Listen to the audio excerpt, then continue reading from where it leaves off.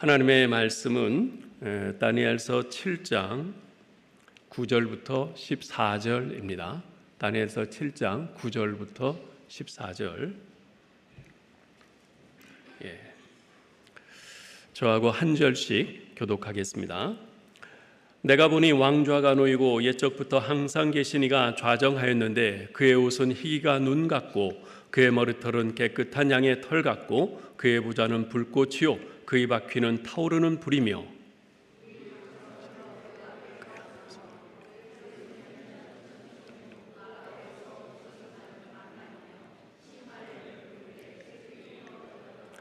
그때 내가 작은 뿔이 말하는 큰 목소리로 말미암아 주목하여 보는 사이에 짐승이 죽임을 당하고 그의 시체가 상한 바 되어 타오르는 불에 던져졌으며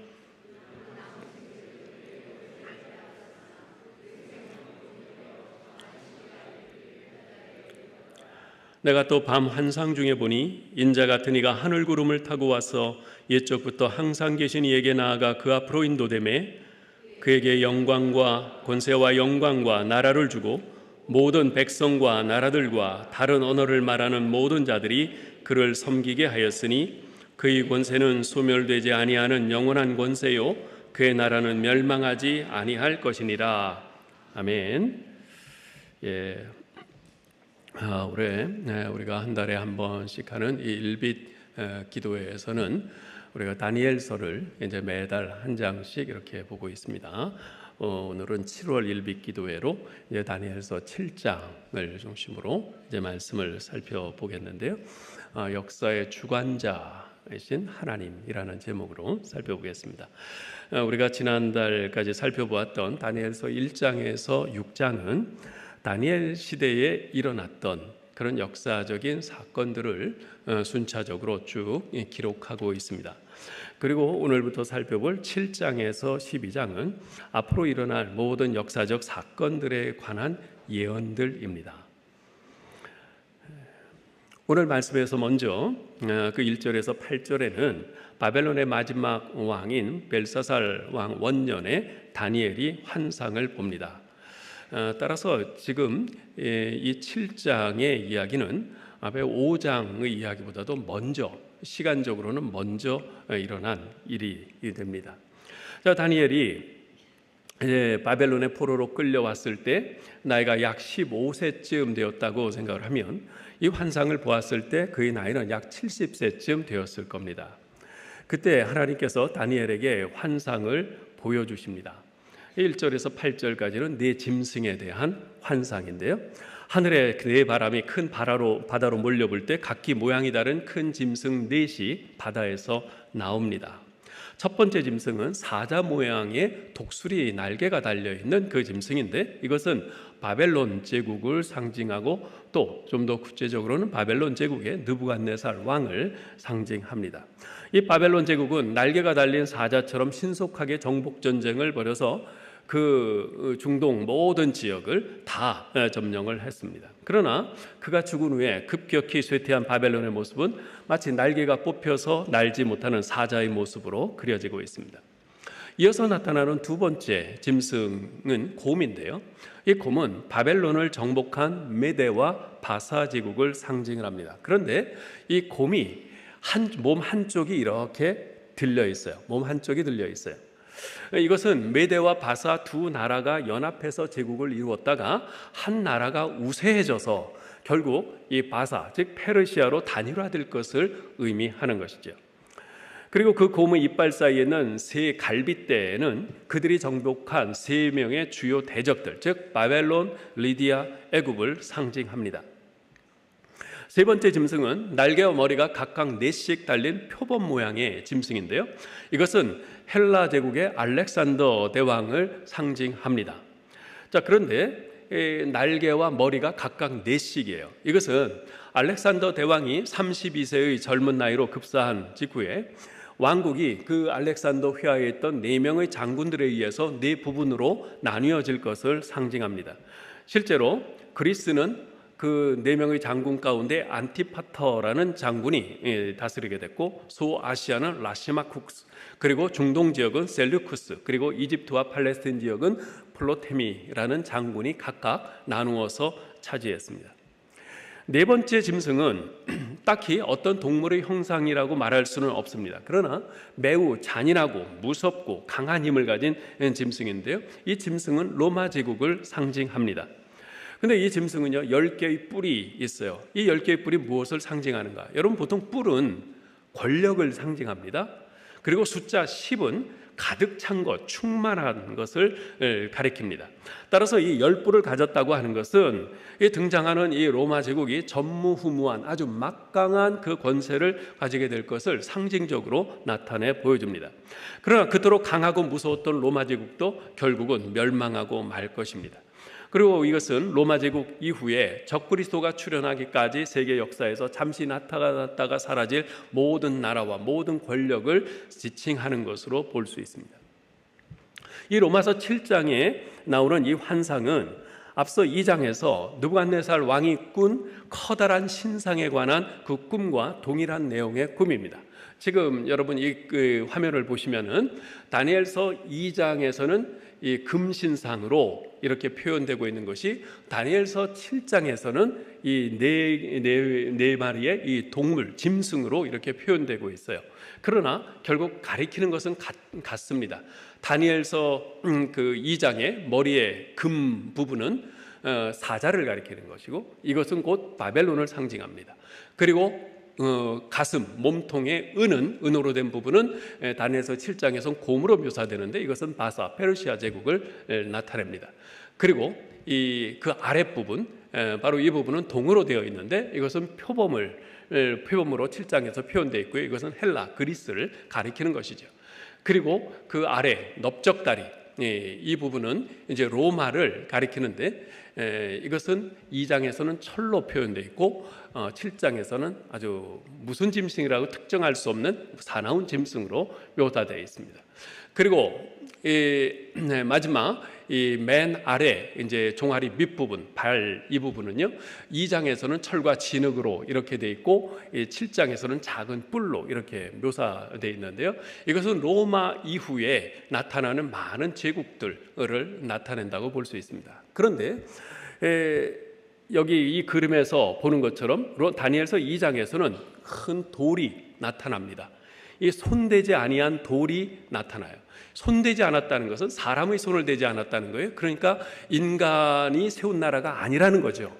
인간이 세운 나라가 아닌 하나님의 나라에 큰 돌이 나타나서 바로 이 신상을 파쇄해 버립니다. 이것은 7장에서 이제 곧 설명할 바로 그 하나님의 심판을 의미하는 거죠. 하나님의 심판이 임하고 그리스도의 왕국이 세워질 것을 말씀하는 겁니다. 하나님께서 바로 이처럼 앞으로 이루어질 역사의 흐름을 다니엘에게 환상을 통해서 보여주신 것이죠. 여러분, 아무리 강한 제국도요 영원하지 않습니다. 이 세상의 역사는 결코 사람들의 계획에 따라서 움직이지 않습니다. 세계 역사는 오직 하나님의 손 안에 있어요. 오직 하나님 나라만이 영원하고 세상의 모든 역사는 하나님의 섭리 아래 진행이 됩니다. 여러분, 나를 한번 생각해 보세요. 우리가 다 이런저런 계획을 세우면서 살아갑니다. 새해가 돼서 계획을 세우고 또 신학기가 돼서 계획을 세우고 또 이런저런 일들이 생길 때마다 그때마다 내가 어떻게 할까 계획을 다 세우죠. 그런데 내가 계획을 세워서 그 계획대로 과연 얼마나 됐을까요? 내가 계획 세운 대로 그대로 이제까지 이루어져서 여러분 왔습니까? 아닐 거예요. 계획 세운 대로 된 것보다 안 된 게 훨씬 더 많습니다. 나라는 존재는요, 내 스스로 계획을 세우고 내가 생각한 대로 그렇게 내 인생을 가꾸어가고 그렇게 지켜나갈 수 있는 것이 아닙니다. 우리는 스스로의 몸 하나도 제대로 지킬 수 없는 너무나도 유약한 존재입니다. 눈에 보이지 않는 작은 그 코로나 바이러스 그 하나로 인해서 건강한 사람도 픽픽 쓰러지지 않습니까? 우리 가정도요, 하나님이 내버려 두시면 하루아침에 무너져 버릴 수밖에 없어요. 한 개인의 역사부터 우리 가정의 역사 그리고 인류의 역사까지 이 모든 것을 누가 주관하세요? 하나님이 주관하십니다. 하나님이 주관하세요. 역사는 하나님의 시간표에서 움직입니다. 이 사실을 결코 잊어서는 안 됩니다. 우리 인생의 본분 중에 하나가 바로 이것이에요. 역사는 내 개인의 역사건 우리 가정의 역사건, 교회의 역사건, 이 세상의 역사건, 이 역사는 하나님이 주관하시고 하나님의 시간표에 의해서 움직이는 것이지 어떤 뛰어난 능력자, 어떤 사람에 의해서 또는 우리의 치밀한 계획에 의해서 움직이는 것이 아니라는 겁니다. 이것을 놓치면 안 돼요. 세계 곳곳에서 전쟁의 소문들과 테러 그리고 경제 위기의 소리가 드높습니다. 뿐만 아니라 동성애와 황금 만능주의 등의 가치관의 혼란은 극에 달해 있어요. 그러나 이 위기와 불안 앞에서 우리 그리스도인의 태도는 세상의 그것과는 달라야 됩니다. 이 세상은 위기와 불안 앞에서 원망과 탄식을 내뱉습니다. 그러나 우리 그리스도인은 위기와 불안 앞에서 역사의 주인이신 하나님 앞에 엎드려 눈물로 기도해야 합니다. 왜요? 하나님이 역사의 주인이시니까. 우리 하나님의 시간표대로 결국 하나님의 뜻대로 될 것이니까 우리가 하나님께 의지해야 합니다. 미국의 아브라함 링컨 대통령 잘 아시죠? 이 링컨 대통령이 남북전쟁에서 패배의 위기에 몰렸을 때 온 나라에 금식을 선포합니다. 금식일을 선포해요. 그리고 대통령 자신이 먼저 그 기도의 자리로 나갔어요. 6.25 전쟁으로 북괴군이 낙동강까지 밀고 내려와서 아주 풍전등화의 위기에 처했을 때 목사님들과 우리 성도들이 부산의 초량교회에 모여서 밤낮으로 하나님 앞에 눈물로 기도하고 매달렸어요. 하나님께서 그 기도를 들으시고 전황이 바뀌게 되었죠. 여러분, 기도의 눈물이 흐르는 대로 국가의 운명이 흘러갑니다. 이걸 잘 기억하셔야 돼요. 지금 우리나라가 위기라고 생각하죠? 그렇다면 기도해야 될 때라는 반증입니다. 우리가 기도하지 않아서 이렇게 됐다고 생각해야 합니다. 우리를 위기에서 구하실 분은 하나님밖에 없습니다. 하나님께서는 자녀된 우리들이 위기를 만날 때 주님 앞에 바짝 엎드려 영혼의 신음소리를, 영혼의 부르짖음을 내뱉기를 원하십니다. 자, 두 번째, 9절에서 14절에서는 하늘보좌와 인자에 대한 환상이 나타납니다. 이것은 바로 앞에 환상에서 본 네 짐승, 즉 교만한 세상의 대제국들에 대한 하나님의 심판이 분명히 그리고 곧 있을 것임을 계시하는 환상입니다. 자, 먼저 이 하늘 보좌들 가운데 옛적부터 항상 계신 이가 좌정에 계심을 이 다니엘은 환상 중에 봅니다. 이 옛적부터 항상 계신 이, 그분은 영원전부터 계신 하나님을 의미합니다. 자, 그런데 그 묘사된 것을 보면 하나님의 옷은 아주 눈부신 아주 흰 빛이었어요. 이것은 하나님이 눈부신 빛과 같이 거룩하신 분이기 때문에 죄를 용인하실 수 없는 분이심을 보여줍니다. 근데 그분의 보좌에서 불이 강같이 흘러내려서 그 앞으로 쏟아지는데 이것은 하나님께서 불로 모든 죄악을 다 심판하실 것을 보여주는 것입니다.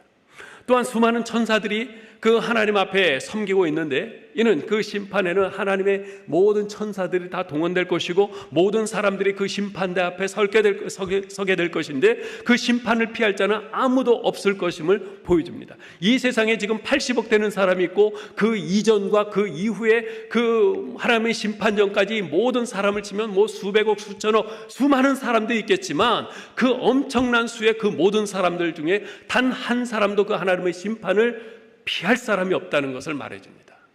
하나님의 천사들의 그 모든 눈이 모든 사람을 다 살피며 하나님의 심판대 앞에다 세울 것입니다. 자, 그런데 하나님께서 심판을 베푸시는데 그 앞에 책이 펴 있어요. 책들이 펴 있어요. 이것은 하나님께서 책에 기록된 대로 심판하실 것을 의미합니다. 지금 모든 사람들의 행위에 따라 정확하게 판결하신다는 것입니다. 심판받는 자가 반박할 수 없도록 정확한 근거에 따라서 심판하신다는 것이죠. 자, 그런데 보좌에 앉으신 하나님의 심판이 시작되었는데도 작은 뿔을 가진 짐승이 나타나 자신의 권세를 자랑하면서 교만하게 계속 떠들어댑니다. 이 작은 뿔을 가진 짐승은 하나님을 대적하는 세상 나라들을 상징합니다. 그렇지만 결국 그 짐승은 죽임을 당하고 시체는 상한 채 타는 불 속에 던져집니다. 하나님께서는 그 짐승들을 심판하시고 남은 짐승의 권세를 빼앗으셨어요. 그러나 그 짐승의 생명은 정한 시기까지는 거두지 않으십니다. 하지만 때가 되면 그 짐승은 영원한 심판을 받게 될 것이죠. 여러분, 이 환상이 무엇을 말해줍니까? 이 세상이 아무리 사나운 기세로 하나님을 대적한다 해도 결국 이 세상 나라는 반드시 멸망할 것입니다. 하나님의 심판은 이미 예수님의 초림에서 시작되어서 사탄의 권세는 소멸되기 시작했습니다. 십자가 사건에서 결정적으로 패배했습니다. 그리고 우리 주님께서 다시 오시는 날 최후의 심판이 이루어질 것이며, 그때 사탄을 비롯한 모든 악의 세력은 완전한 심판을 받고 그 영원히 무저갱에 던져질 것입니다. 자, 그런데 이어서 다니엘은 또 다른 환상을 봐요. 인자 같으니, 인자, 즉 사람의 아들 같은 모습을 하신 분이 구름을 타고 하나님께로 인도되는 것을 본 것입니다. 하나님께서는 그 인자 같은 그분에게 하나님 당신의 권세와 영광과 나라를 주셨어요. 그로 인해서 온 나라와 백성이 바로 그 인자 같으신 분을 섬깁니다. 이 본문의 인자 같은 이는 바로 성자 하나님을 가리킵니다. 복음서에 보면요, 예수님께서 자신을 가리켜 인자라고 이렇게 스스로를 지칭하실 때 인자라고 그렇게 말씀을 하십니다. 그 말은 곧 예수님 자신이 성부 하나님으로부터 모든 영광과 심판과 나라, 그 권세를 다 위임받은 성자 하나님이심을 천명한 것입니다. 하나님은 독생자 예수님께 그 모든 영광과 권세를 주어서 하나님 나라와 백성들을 다스리게 하셨습니다. 예수님의 그 메시아 왕국 통치는 영원하며 그 나라는 영존할 것입니다. 따라서요, 우리가 이것을 믿는다면 우리 성도들은 당장 눈앞에 보이는 현실, 현상에만 집착하고 행동해서는 안 됩니다. 이 세상을 심판할 권세를 가지신 예수 그리스도만을 신뢰하고 이 마지막 때에 온갖 유혹과 그 심판을 이기고 시험들을 이기고 온전한 구원에 이르는 하나님의 백성으로 살리라, 이 다짐과 결단이 우리에게 수시로 필요합니다. 왜요?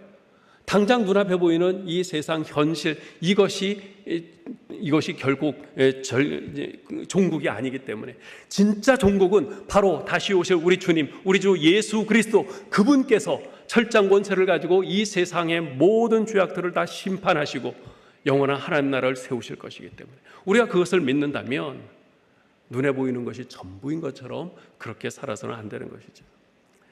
근데 우리가 살다 보면 악이 승리하는 것 같을 때가 있어요. 악이 승리하는 것 같고 그것이 언제까지나 계속될 것 같은, 마치 하나님의 나라는 성경에만 있을 뿐 실제로 이루어지지 않을 것 같은 정말 그런 생각이 들 때가 있어요. 그러나 그것은 일시적일 뿐입니다. 마지막 날에는 하나님께서 심판으로 그분의 나라의 영원하심을 증명할 것입니다. 여러분, 우리가 믿는다는 것은 이런 것을 믿는 것이죠. 제가 종종 말씀드리죠. 우리가 그리스도인으로서 가져야 될 확신 5가지가 있다. 첫째, 무슨 확신이요? 구원의 확신, 구원의 확신을 가져야 돼요. 둘째, 무슨 확신입니까? 하나님의 보호하심의 확신을 가져야 돼요. 셋째요, 하나님께서 내 삶을 인도하신다, 인도하심의 확신을 가져야 돼요. 네 번째, 무슨 확신이요? 기도 응답의 확신입니다. 우리가 기도할 때 하나님께서 반드시 들으시고 가장 좋은 것으로 응답하신다. 다섯 번째, 무슨 확신이요? 예수 재림의 확신. 예수 그리스도께서 다시 재림하셔서 이 땅을 심판하시고 영원한 하나님 나라를 세우신다는 확신. 이 5가지 확신을 분명히 갖는 것, 그게 예수 믿는 겁니다. 그게 예수 믿는 거예요. 우리가 이것을 믿는다면 단지 눈앞에 보이는 이 현실에 의해서 왔다 갔다 좌우돼서는 안 되는 거죠. 이것이 우리 기도 제목이 돼야 돼요. 하나님, 제가 눈앞에 보이는 현실에 따라서 흔들리지 않게 하옵소서. 오직 하나님 말씀에 약속하신 이 사항들을, 이 내용들을 내가 굳건히 믿고 확신하면서 이 믿음으로 나아가게 하옵소서. 기도해야 되는 것이죠. 존경받는 기독교 사상가이자 언론인 가운데 말콤 머거리즈라는 분이 있는데요. 그분이 자신의 책에서 이런 말을 한 적이 있어요. 실용주의가 기독교인에게 미치는 가장 커다란 영향이 있다면 그것은 오늘의 기독교인들에게 참된 결단과 헌신을 빼앗아간 것이다. 실용주의가 뭡니까? 실용주의라는 것은 눈에 보이는 것, 내 손에 잡히는 것, 그게 최고라는 거예요. 당장 내가 쓸 수 있는 것, 미래의 먼 양쪽 말고 지금 내 눈에 보이고 나한테 유용하게 보이고 나한테 이익이 돼 보이는 것, 그것을 잡는 게 최고다. 꽁 잡는 게 매다. 바로 이게 실용주의입니다. 미국에서부터 시작된 그 실용주의가 오늘날 우리 기독교에 아주 굉장한 악영향을 미쳤어요. 이 말콤 머거리즈는 그 악영향이 뭔가, 오늘의 기독교인들에게 참된 결단과 헌신을 빼앗아가는 것이다. 우리 그리스도인들의 헌신과 결단이 뭡니까? 지금 당장 나한테 손해가 되더라도, 지금 당장 내가 목숨을 잃는다 할지라도 나는 하나님께서 말씀하신 이 말씀에 내 생명을 걸겠다. 이게 우리 그리스도인들의 신앙이었잖아요. 네? 그런데 이게 약화돼 버린 겁니다. 지금 당장 내가 손해보는데 당장 그 믿음이 뭐야? 말씀이 뭐야? 이렇게 돼버린 거죠. 여러분, 20세기 초중반만 해도요, 이 땅의 그리스도인들에게 가장 위대한 영웅은 누구였냐면 순교자들이었어요. 제가 어렸을 때에는 저희 집에 우리 한국 기독교 100주년사 그 책이 10권짜리로 된 게 있었어요. 그 책을 보면은 정말 그 순교당한 우리 한국 기독교사에 이름 있는 분들, 또 이름 없는 무명의 순교자, 그분들 이야기가 쫙 있었어요. 저는 이제 그 책을 보면서 참 많이 감동을 받고 이제 그랬었죠. 교회에서 이 순교자들에 대한 설교를 우리가 어렸을 때 많이 들었어요. 들을 때마다 언제나 가슴 한편으로 뭉클함도 있었고, 뭔가 이렇게 막 복받쳐 오르는 것도 있었고, 뜨거워지는 것들이 있었어요. 그래서 그리스도인들의 그냥 간증들을 많이 했었거든요. 그 간증들 속에도 자주 등장했던 표현이 뭐냐면, 난 결심합니다, 나는 결단합니다, 나는 각오합니다, 이런 말들이 많이 있었어요. 그런데 요즘은 그런 말들을 별로 들어볼 수가 없어요. 1934년 일제치하에서 신사참배의 폭풍이 한국교회에 몰아칠 때 주기철 목사님, 아마 들어보셨을 거예요. 이 주기철 목사님이 평양신학교 사경회에 강사로 초청을 받으셨어요. 그때 그분의 설교 주제가 뭐였냐면 그 유명한 일사각오였어요. 일사각오. 그분이 이런 말씀을 해요. 예수를 따르는 사람마다 죽기를 결심해야 합니다. 죽으면 삽니다. 그에게만 부활 영광이 약속됩니다. 예수를 따르느라 죽은 사람, 죽어야 부활이 있지, 죽지 않겠다고 발버둥 치는 사람에게 무슨 부활이 있어요? 오늘날 대다수 그리스도인들은 이 같은 각오로 살아가질 않습니다. 죽기를 결심하고 예수를 믿질 않아요. 이 세상의 역사는 하나님 심판을 향해서 점점 다가오고 있는데, 그에 따라 사탄과 이 세상은 하나님을 대적하며 그의 백성들을 넘어뜨리기 위해 최후의 발악을 하고 있는데, 정작 하나님의 백성된 우리들은 이 세상에 취해서 한 발은 교회에, 다른 한 발은 세상에 걸치고 적당히 왔다 갔다 하면서 그렇게 신앙생활을 하고 있습니다. 회개해야 합니다. 회개한다는 것은 돌이킨다는 거예요. 지금 내가 걸어가고 있는 삶의 방향이 잘못되어 있음을 인정하고 결단하고 돌이키는 것입니다. 날 위해서 십자가에서 생명 내어주신 주님을 따르기 위해 지금 내가 버려야 할 것, 포기해야 할 것이 무엇인지 곰곰이 생각하고 결단하시기 바랍니다. 주님을 따르기 위해서 내가 힘써야 할 것이 무엇인지 생각하고 결단하시기를 바랍니다. 이어서 15절부터 마지막 28절까지는 이 환상을 보여주신 이유에 대해서 말해줍니다. 다니엘은 천사로부터 자기가 꾼 그 꿈의 해석을 들어요. 네 마리의 그 큰 짐승은 앞으로 세상에 일어날 네 왕, 큰 제국을 상징합니다. 그런데 특별히 넷째 짐승은 굉장히 무시무시한 모습을 하고 있고, 머리에는 10뿔이 있는데 눈과 입을 가진 또 하나의 뿔이 나와서 성도들과 싸워서 이깁니다. 이러한 일련의 장면들로 인해서 다니엘은 근심과 번민을 해요. 22절 볼까요? 옛적부터 항상 계신 이가 와서 지극히 높으신 이의 성도들을 위하여 원한을 풀어주셨고, 때가 이름에 성도들이 나라를 얻었다. 다니엘은 그 네 번째 큰 짐승, 거기서 나오는 또 뿔이 성도들과 싸워서 성도들을 이기는 것을 보고 큰 근심과 번민을 하는데, 그런데 옛적부터 항상 계신 이가 와서 지극히 높으신 이의 성도들을 위해서 원한을 풀어주시고, 여기서 원한을 풀어주신다는 말은 심판을 베푸시고 이 뜻입니다. 심판을 베푸시고 때가 이름에 성도들이 나라를 얻습니다. 하나님의 심판을 통해서 그 세상의 그 짐승 나라들은 전부 다 무너지고 성도들은 영원한 하나님 나라를 얻게 된다는 겁니다. 자, 이상이 다니엘이 본 환상에 대한 천사의 해석이에요. 자, 그런데 여기서 우리가 질문해야 할 것이 있습니다. 다니엘이 이 환상을 본 것은 바벨론의 벨사살 왕 때입니다. 지금 이스라엘 백성들은 바벨론의 포로로 끌려와서 모진 고생을 하고 있는 형편입니다. 이런 형편에 있는 이스라엘 백성들에게 이 환상을 보여주신 이유가 뭘까요? 그리고 그것을 오늘 우리에게까지 전해주시는 이유가 뭘까요? 첫째, 세상 역사의 실상을 알라는 것입니다. 세상 역사의 실상을 알라. 이스라엘 백성들은 지금 그들이 포로로 끌려가서 그곳에서 정말 우상을 섬기도록 강요를 당하고 있는 정말 그런 현실이 가장 불행하고 고통스럽다고 생각했을 것입니다. 그들은 빨리 이 시기가 지나고 회복되기를 바랐을 거예요. 그런데 다니엘이 그 환상에서 본 것은 바벨론 이후에 그들이 만나게 될 상황입니다.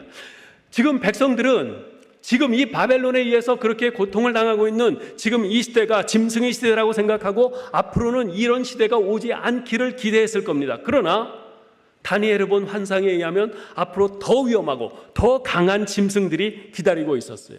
하나님은 그걸 보게 하시고 그것을 알게 하십니다. 짐승, 그것이 인간의 모습이라는 겁니다. 짐승, 그것이 인간의 본성이라는 겁니다. 이것이 인간의 실체요 본질입니다.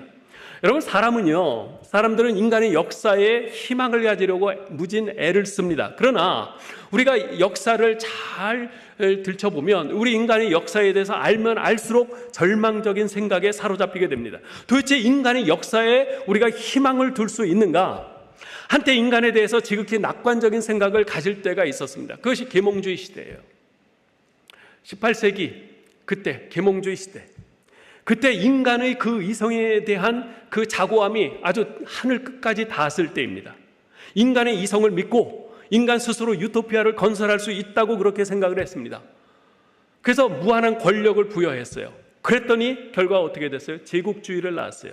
제1차 세계대전, 제2차 세계대전으로 피해 살육이 전 세계적으로 벌어졌습니다. 600만 명이나 되는 평범한 사람들을 가스실로 보내서 무참히 학살하는 짐승 같은, 아니 짐승보다 더한 그런 모습을 보여주었어요.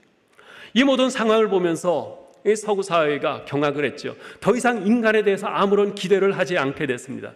그런데 인간에 대한 기대를 거두면서 그것이 하나님께로 향해야 되는데 그렇지 않고 오히려 퇴폐주의로 갔어요.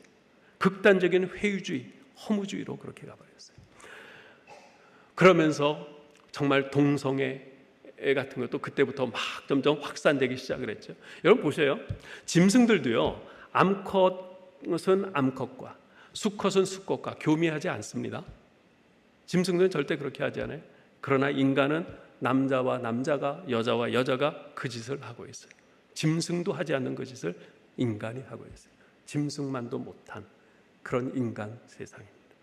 이런 짐승의 시대, 짐승에서 짐승으로 더욱 잔인하고 무자비한 짐승으로, 아니 짐승만도 못한 존재로 이어지는 시대, 그것이 바로 우리 인류의 역사입니다. 겉으로는 그냥 아주 희망찬 그런 미래만 부풀리죠. 봐라, 뭐 AI가 어떻고, 뭐 인간 지놈이 어떻고, 그러면서 한껏 뭐 인간 세상에 그야말로 유토피아가 꼽힐 것 같은 그런 소망을, 그런 희망을 한쪽 부풀립니다. 그런데 그러한 과학 기술이 발전하면 할수록 어때요? 그것으로 인한 더 추악하고 더 퇴폐적이고 더 아주 극악무도한 범죄들이 계속 일어나서 우리 인간의 이 마음을 핥히고 있지 않습니까? 여러분 절망스럽습니까? 그래도 실상을 보아야 합니다. 어둡습니까? 그래도 그 실상을 보아야 합니다. 그래야 진정한 희망이 어디 있는가를 알 수 있습니다. 참빛이 어디 있는가를 알 수 있습니다. 이것은 오늘날도 마찬가지입니다. 과거의 사람들만 짐승이 아니에요. 그때 사람들의 모습이 오늘날과 이후 시대의 사람들 모습과 전혀 다를 바 없습니다. 우리는 다니엘에게 보여주신 이 환상과 계시를 통해서 하나님 없는 세상에 대해서는 어떠한 희망도 가질 수 없다는 사실을 다시 한번 확인해야 합니다. 먼저 그것을 알고 인정하고 받아들여야 합니다. 자, 다니엘에게 이 환상들을 보여주신 두 번째 이유, 그것은 인자, 즉 메시아의 나라를 사모하라는 것입니다. 메시아의 나라를 사모하라. 다니엘이 본 환상에 따르면 짐승과 같은 세상 나라들이 천하를 쥐고 흔들 것입니다. 그러나 그것으로 끝나지 않습니다. 이러한 짐승의 시대에 심판의 주가 등장하고 영원한 권세를 가지신 메시아, 영원한 메시아의 나라가 보입니다. 즉 짐승들의 시대에 인자 곧 메시아를 하나님께서 보내십니다. 그렇게 하시는 이유가 뭡니까? 여기 바벨론에 끌려온 하나님의 백성들이 있어요. 그들은 자신들의 처지에 지극히 비관적인 생각을 했을 것입니다. 더구나 지금은 벨사살 왕의 시대예요. 교만과 오만의 극치를 달리고 있는 때입니다. 그들은 생각했을 겁니다. 이 바벨론만 끝나면, 이 바벨론만 무너지면 그러면 뭔가 되지 않을까, 뭔가 길이 보이지 않을까, 뭔가 좋은 일이 생기지 않을까, 제발 바벨론아 무너져라, 무너져라. 근데 무너졌어요. 근데 바벨론이 무너지니까 어떻게 됐어요? 사자가 피하니까 곰이 왔어요. 마사 제국이 왔어요. 사자만 피하면 될 줄 알았는데 곰이 왔어요. 그 곰이 무너지는가 했더니 이번엔 날개 달린 표범을 만납니다. 곰은 차라리 적당히 피할 수나 있는데 이 날개 달린 표범은 너무나 빨라서 피할 수가 없습니다. 그 헬라 제국 시대에 큰 고통을 당합니다. 헬라 제국의 안티오쿠스 에피파네스는 성전에 돼지 피를 뿌리고 제사장들을 모조리 잡아 죽입니다. 그런 큰 고통 속에서 표범만 없어지면, 표범만 피하면 그런 바람을 가졌는데 정작 이 표범이 무너지고 나니까 이번에는 이름도 알 수 없는 아주 무시무시한 괴물을 만납니다. 이빨이 온통 쇠로 된 괴물, 발톱이 노수로 된 괴물, 그 괴물에 의해서 철저히 짓밟히고 유린당합니다. 그런 상황 속에서 하나님의 백성들은 이게 도대체 어떻게 된 일인가, 이게 도대체 무슨 일인가 하면서 탄식하며 절망합니다. 자, 그러나 21절 22절을 보세요. 읽어봅시다. 내가 본즉 이 뿔이 성도들과 더불어 싸워 그들에게 이겼으나 옛적부터 항상 계신 이가 와서 지극히 높으신 이의 성도들을 위하여 원한을 풀어주셨고 때가 이름에 성도들이 나라를 얻었더라. 하나님께서 예수 그리스도를 통해서 원한을 풀어주십니다. 사자에 대한 원한을 곰이 풀어주는 게 아니에요. 곰에 대한 원한을 표범이 풀어주는 것 아닙니다. 아니, 오히려 원한이 더 쌓입니다. 하나님의 백성의 원한은 하나님이 풀어주십니다. 누구를 통해서요? 인자, 곧 메시아, 예수님을 통해서 풀어주십니다. 예수님을 통해 구원해 주시고, 예수님을 통해 치유하시고, 예수님을 통해 회복시키시고, 예수님을 통해 사랑받게 하셔서 풀어주십니다. 메시아 나라의 백성이 되게 하심으로 더 이상 짐승들에 의해서 고통받지 않게 하십니다. 예수 그리스도만이 하나님의 백성들에게 진정한 위로입니다. 예수님의 나라가 진정한 소망입니다. 그러하기에 다니엘과 하나님의 백성들이 바라고 소망해야 할 것은 바벨론이 망하는 것이 아니에요. 바벨론에서 예루살렘으로 돌아가는 것이 아닙니다. 물론 그것도 이루어져야 하겠지만 단지 그것만으로는 달라질 것이 아무것도 없습니다. 왜냐하면 또 다른 무서운 짐승이 오기 때문에요. 그들이 진정으로 바라고 소망해야 할 것은 바벨론이 무너지는 게 아니라, 예루살렘으로 돌아가는 게 아니라 예수 그리스도의 나라가 임하는 것이. 그때야 그들이 바라는 참된 평화와 진정한 자유를 얻을 수 있습니다. 짐승 같은 세상에 살면서 이런저런 크고 작은 상처들을 받기 때문에 더욱더 간절히 메시아를 기다리게 됩니다. 짐승의 나라에 절망하기 때문에 더욱 간절히 메시아의 나라를 사모하게 됩니다. 실제로 위에 하나님의 백성들은요, 메시아 사상, 곧 예수님을 기다리는 마음이 간절해져 갑니다. 사랑하는 성도 여러분, 저는 이 다니엘에게 보여주신 계시가 오늘 우리 시대의 모습도 정확하게 보여주고 있다고 생각합니다. 오늘날도 짐승의 시대입니다. 잡아먹느냐 잡아먹히느냐 하는 살벌한 생존 경쟁의 시대 아닙니까? 모두가 잡아먹히지 않고 오히려 잡아먹으려고 필사적입니다. 그래서 갈수록 경쟁과 싸움은 치열해져 갑니다. 그런 시대 속에 사는 사람들도 가만 보면 점점 심성이 변해가는 것 같아요. 옛날엔 그나마 있었던 인정이 점점 메말라 갑니다. 갈수록 사람들이 정말 살벌해져 가고요, 전투적이 돼 갑니다. 늘 긴장해 있어요. 누가 나를 건드리면 금방이라도 핥히듯이 대들듯이 그렇게 합니다. 사람들 말은 점점 더 자극적이고 공격적이 되어 갑니다. 그러다 보니까 마음 상하는 일이 곳곳에서 생겨요. 그런 마음으로 또 다른 사람에게 상처를 줍니다. 우리는 이런 시대에 발을 담그고 살고 있습니다. 세상에서 부딪히며 경쟁하며 싸우며 살고 있습니다. 그러면서 점점 나 자신도 짐승이 되어가는 것을 느낄 때가 있습니다. 문득 짐승 같은 마음으로, 딱딱하고 날카로운 마음으로 변해 있음을 느낄 때가 있습니다. 그럴 때 정말 두렵습니다. 정말 절망스러워요. 왜 이렇게 예수 믿는다고 하는 내가 왜 이렇게 너그럽지 못할까? 왜 이렇게 내가 관대하지 못할까? 왜 이렇게 내가 용서가 없을까? 왜 이렇게 나는 손해보려고 하질 않을까? 왜 이렇게 나는 섬기려고 하지 않을까? 내가 다른 사람을 섬기는 것에 대해서 내가 왜 이렇게 자존심 상해하고 억울해하고 내가 그것에 대해서 정말 미칠 듯이 분노해야 하는가? 우리 자신을 한번 돌아봅시다. 짐승들은 세상에서 다른 사람을 밟고 올라서기를 원하고 자기 한 몸 배불리기를 원합니다.